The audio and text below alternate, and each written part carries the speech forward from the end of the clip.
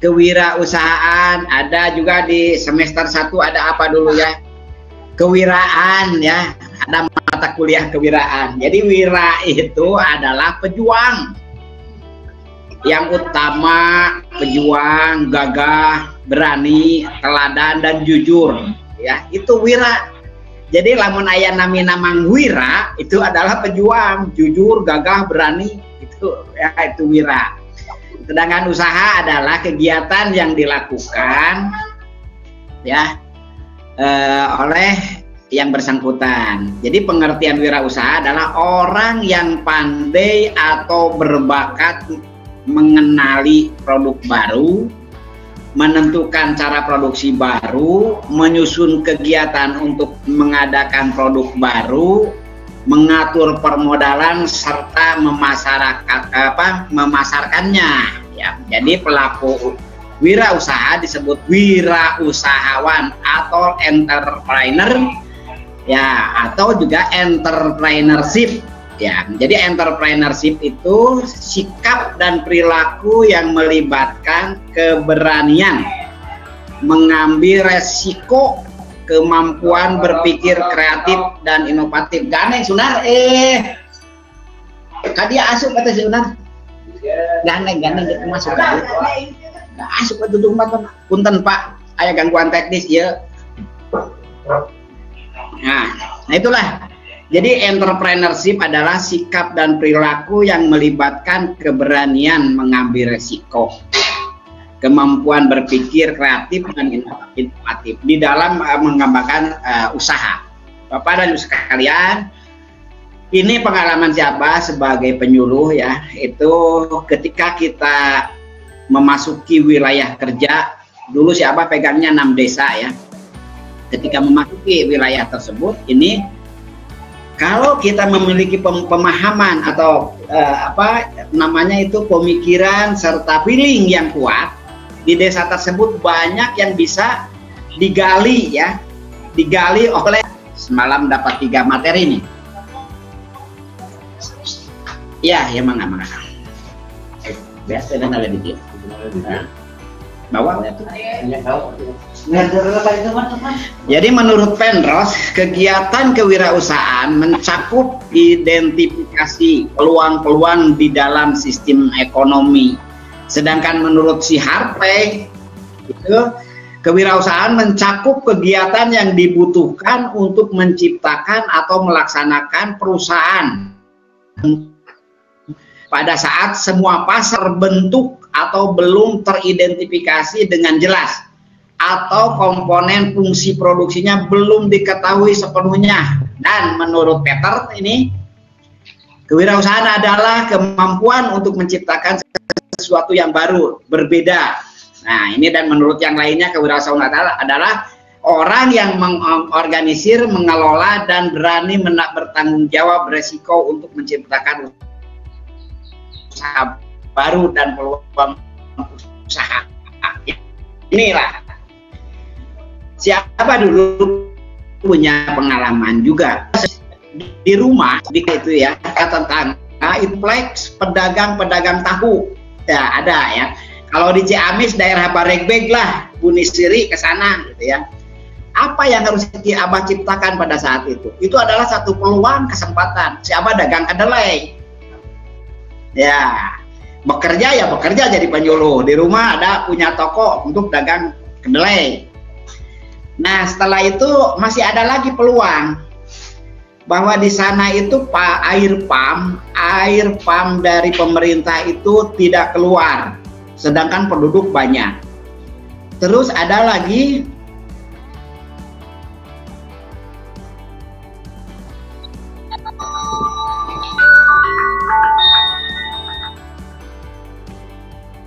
sumur minum isi ulang, air isi ulang. Satu hari seorang penduduk itu pasti mempergunakan air buat minum, buat masak dan lain sebagainya. Itu dianalisa, ditanya dulu suka ambil air, dan akhirnya setelah dibuka, alhamdulillah itu bisa berkembang ya, bisa habis 1 tangki per hari sekarang.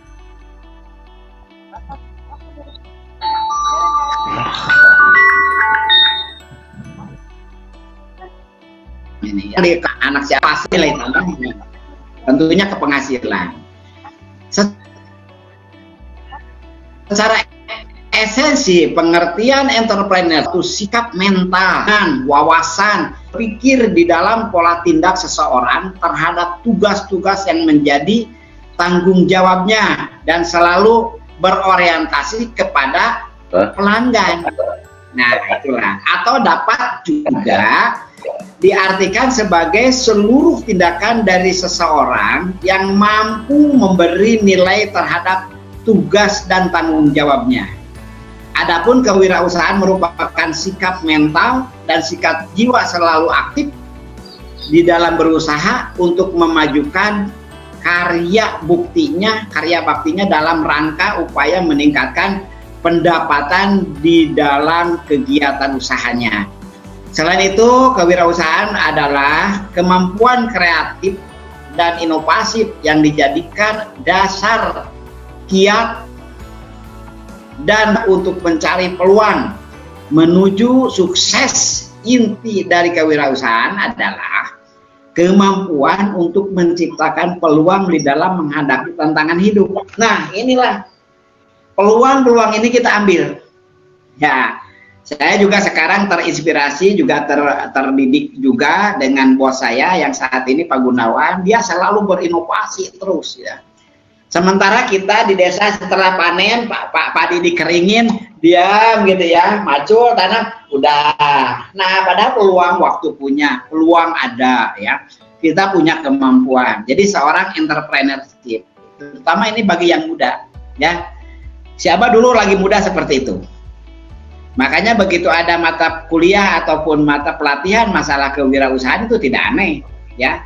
Siapa juga pernah waktu itu sebagai pengelola pabrik tahu ya, punya juga pabrik tahu dulu ya, sebelum harga kedelai naik tinggi waktu itu. Alhamdulillah bisa ya, bisa membagi waktu dan sebagai narasumber ketika ada pelatihan. Seorang THL di Sukabumi sekarang keluar jadi THL-nya. Dia sebagai pengusaha ternak burung puyuh. Selain telurnya, inovasinya dipakai ada bakso telur puyuh, sehingga pedagang-pedagangnya banyak sekali dan omsetnya sudah miliaran. Inilah seorang yang muda ya, seorang THL pusat, daripada jadi PNS mungkin nunggu juga lama, akhirnya dia menjadi pengusaha. Ketua Posludes Pak yang di mana di Garut itu si Pak Yosep, itu bisa dia mengumpulkan produk-produk sayuran dari petani dan dia jual ke pasar sambil bertani juga. Dia sebagai banyaklah yang dia kerjakan selain itu. Itu salah satu kewirausahaan. Ini Bapak dan Ibu sekalian ya, ada juga pengembangan jiwa kewirausahaan. Ini harus ada di jiwa kita dulu. Kalau tidak memiliki jiwa entrepreneurship ya kita belajar. Saat ini kita belajar nih, boleh tulisannya dibaca terus dan diartikan menurut Ibu dan Bapak sekalian, karena ini mudah dipahami ya.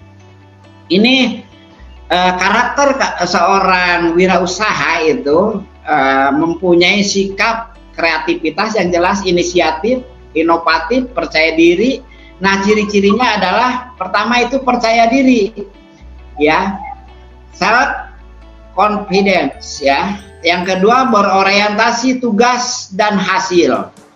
Yang ketiga keberanian mengambil resiko. Urang makan dek usaha teh sieun rugi, sieun eueuh nu meurian, dek melak jagong sieun murah dina waktuna, ira hapekna atuh. Istilahna melakna ngalamun terus dicebor ku mudah-mudahan, dipager ku memanawian, hasilnya meren kepada Sutama. Nah, yang selanjutnya punya kepemimpinan, berorientasi ke masa depan ya. Walaupun sekarang zamannya zaman genting urusan corona, tapi dia tetap optimis untuk masa depannya. Yang selanjutnya berorientasi ke masa depan,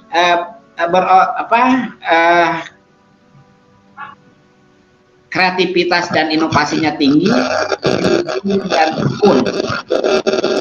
Ya Bapak itu Faisal Tanjung ya, yang dulu jujur sekali, tekun, akhirnya jadi seorang pengusaha ya. Seorang Denny Cagur, pelawak, itu tadinya dia sebagai pengembara datang ke Jakarta ya karena dia punya keyakinan, kemampuan, inovasi terus.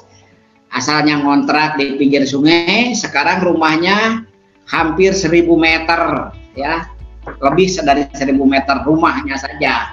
Itu ya dia karena punya mengambil resiko tinggi sekali. Dilanjut Pak Maman, Manawi ya. Siapa teh aya ieu na speakerna tapi kadangun teh ieu teh nya. Aya Pak. Kan kadangun. Aya Pak. Oh, lah mudah-mudahan eta karena absen selanjutnya. Nah, sedangkan ada 10D menurut di weekend day Pak Man. Nah, 10D itu menurut si Bayrip itu namanya ya, yang sebagai ahli ada 10D. Pertama dream, wah Inggrisnya dream, mimpi. Yang kedua punya ketegasan, ya. Ketegasan itu dia business ya. Yang selanjutnya bertindak, doing ya, doing, learning by doing, belajar sambil berbuat, bertindak, gitu ya. Yang selanjutnya ada ketetapan hati atau kebulatan tekad.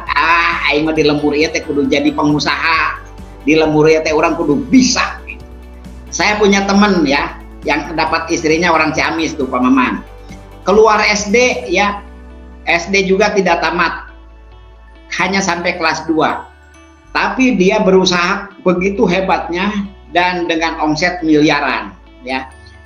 Alat angkutannya sudah hampir 50 unit, rumahnya di mana-mana gitu ya, hebat juga kan. Tapi ya, ibadahnya juga bagus. Setiap tahun ada anak-anak yang dihitanan gitu ya, ada bagi beras dan lain sebagainya, hebat lah.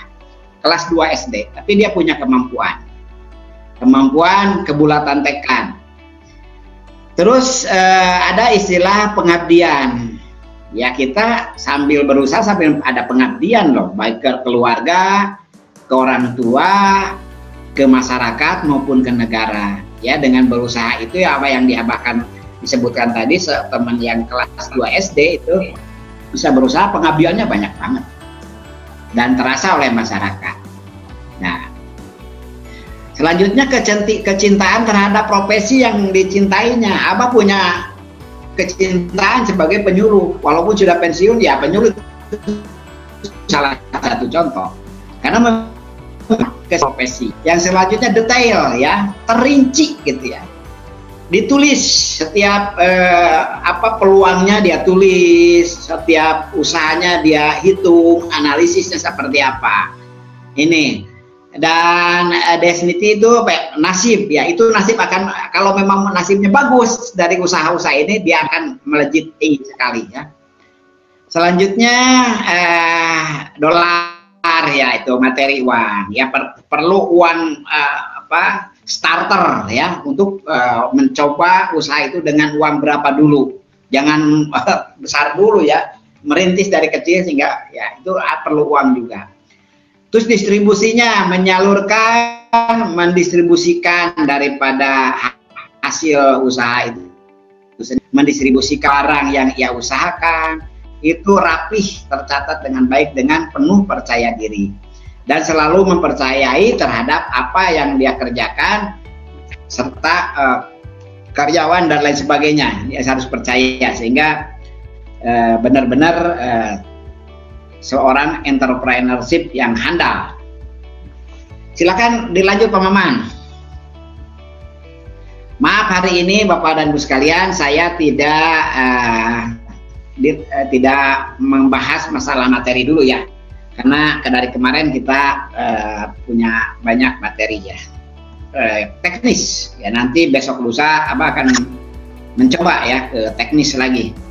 Nah ini biarpun yang sudah tua ya, apalagi yang muda, oke lah, masalah kewirausahaan ini kalau kuliah ya di fakultas apa, di fakultas pertanian, di sosial ekonomi atau di pembangunan pertanian mungkin ada ya. Kalau pelatihan di CA untuk membahas kewirausahaan ini harus 1 minggu ya, itu rinci sekali. Kalau ini Abah hanya 1 jam, nggak apa-apa lah garis besarnya.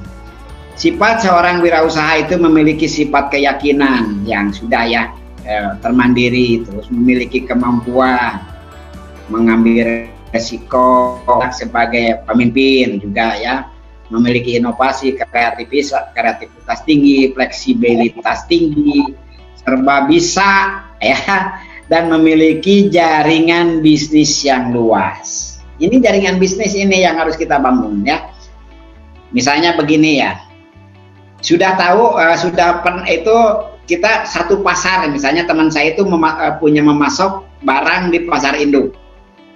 Itu dia tidak puas, bareng-bareng dengan si Abah kita cari pasar yang di kota ya, itu di Dago ya, dekat ITB ya, di Simpang. Ternyata di situ ramai, masukkan barang itu laku. Ternyata belum puas juga, masih ada peluang di Bandung, di Cihaur Gelis ya, Haur Gelis itu ya, pasar Haur Gelis dekat kantor si Abah dulu. Dia masukkan laku, akhirnya sampai Ciamis, sampai Bogor, sampai Bekasi masukin barang-barangnya. Itulah saya kira beberapa teman-teman kita yang sudah berhasil. Karena ini memiliki karakteristik tadi ini yang ditulis Abah ini, memiliki keyakinan bahwa hidup itu sama dengan kerja keras. Ya, itu keyakinannya. Dilanjut Pak Maman, sedikit lagi lah. Nah, ini indikatornya ya, indikatornya kreatif, inovatif ini ya, bisa dibacalah, nanti tidak perlu Abah jelaskan ya. Dilanjut Pak Maman.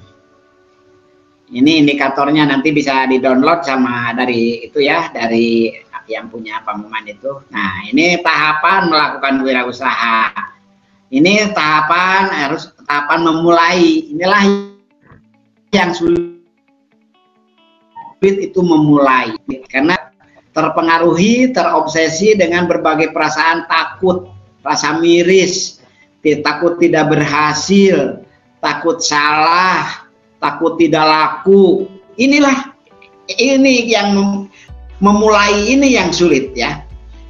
Si Abah juga memulai dengan video conference, rasa takutnya ada banyak ya, banyak.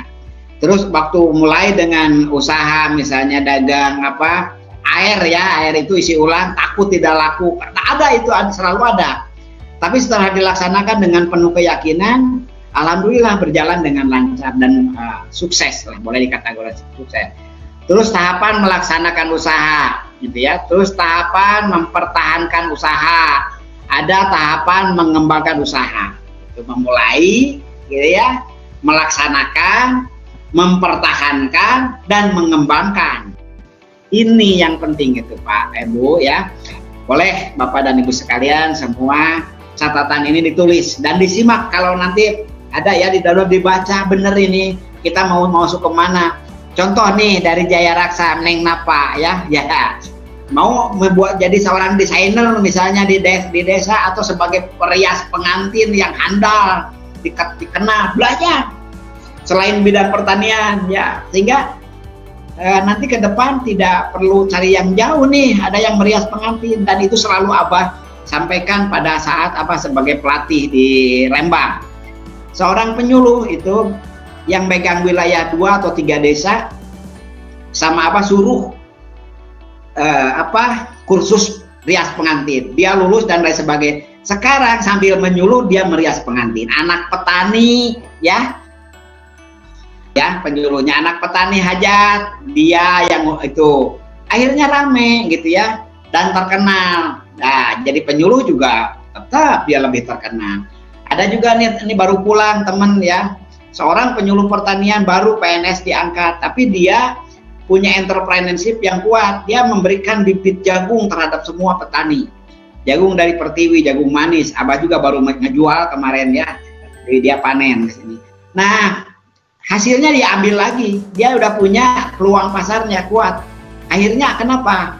Baru jadi PNS 2 tahun, 3 tahun ya.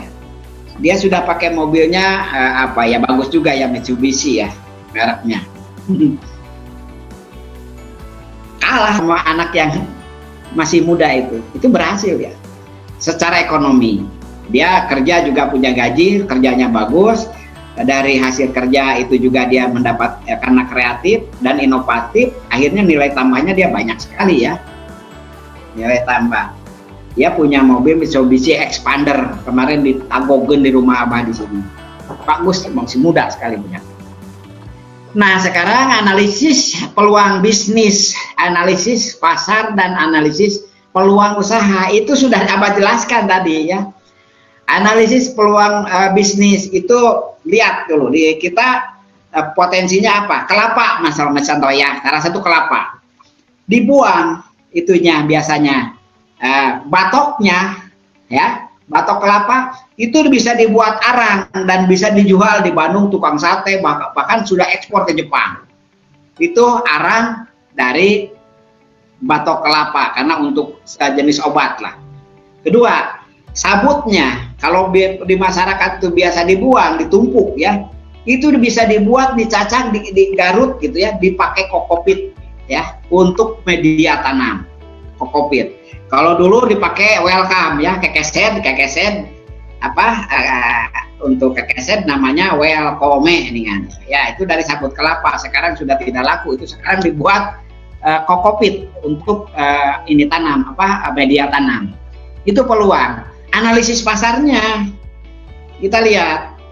Kalau dari kokopit ini banyak yang memerlukan ya di Pos Ludes ini Bu Yanti, di Pos Ludes Pak Iwan, Balai Penelitian Kentang, Balai Benih Kentang, itu semua memerlukan kokopit. Nah, menawarkan peluangnya tuh banyak. Makanya dengan bertemunya kita ini, kita bisnis ya. Ada peluang bisnis, silakan. Dari mulai kalau dari mana Jaya Raksa, mulainya dari KRP, tingkatkan yang lebih maju. Itu KRP itu hanya sifatnya pendek gitu ya, pendek ya untuk masyarakat setempat. Lihat dari peluang-peluang yang lain. Ini dari kelapa ya, misalnya. Kalau banyak padi, buatlah padi organik misalnya yang bagus dan bermerek, apalagi nantinya sampai punya sertifikasi.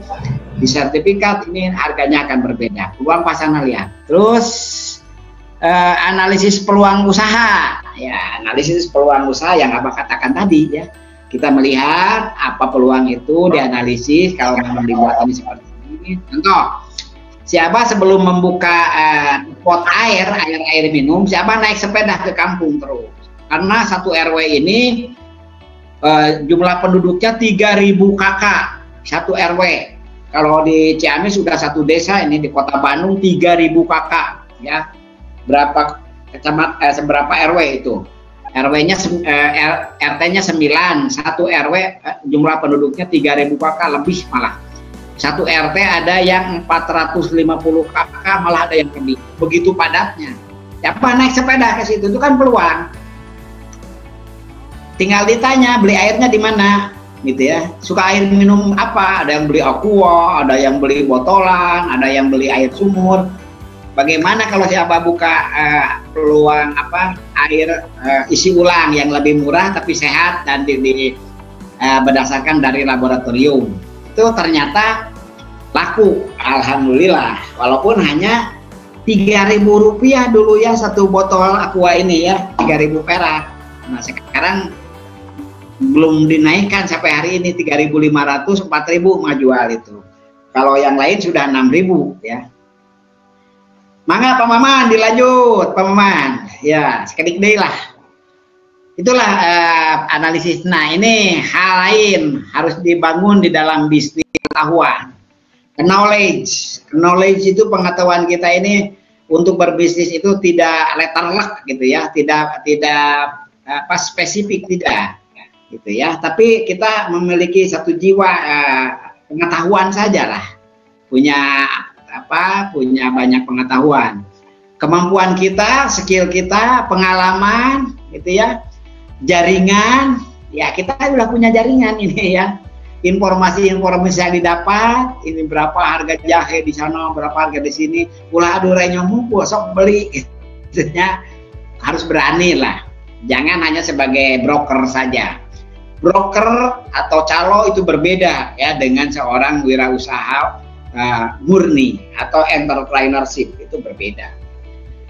Lantas ada waktu yang tepat waktu. Sekarang ya, yang tepat waktu saat ini itu adalah dua. Pertama itu membuat gamis ya, baju koko, sarung karena mau menjelang Lebaran. Yang kedua, yang urgen pada saat ini adalah membuat masker. Nih masker ini masker. Maaf, ini banyak masker nih. Tuh, mau? Ini masker. Nih mau banyak tuh, masker banyak sekali. Karena di sini pada buat di sini di tetangga. Ini peluang. Nah, selanjutnya kesuksesan dan kegagalan wirausahawan ini tidak perlu Bapak jelaskan. Kalau sukses itu memang poin-poin yang tadi itu dia pegang, itu insya Allah itu sukses. Dan kegagalan selalu ada ketika ada situasi yang tidak memungkinkan. Saat ini terus terang adalah semua pengusaha lagi tidak enak karena suasana yang sedang tidak bersahabat menurut versi dari pemerintah, dan kita tahu semua ya, itu tentang adanya wabah. Ini semua lumpuh ya. Bukan berarti seorang wirausaha ini gagal total, tapi ini situasi yang sangat mencekam, boleh dikategorikan seperti itu, sehingga semua komponen, semua sendi kehidupan yang terkait dengan berbisnis, usaha itu hampir merata ya. Sehingga boleh dikatakan ya lagi repot lah ekonomi kita ini. Ini kegagalan ini tidak perlu dibahas ya, nanti dibaca saja, ada faktor-faktor alam gitu ya. Ini ya, seorang wirausaha yang sukses akan mencapai kesempurnaan apabila mampu saja bisnis tetapi juga sukses dalam keluarga.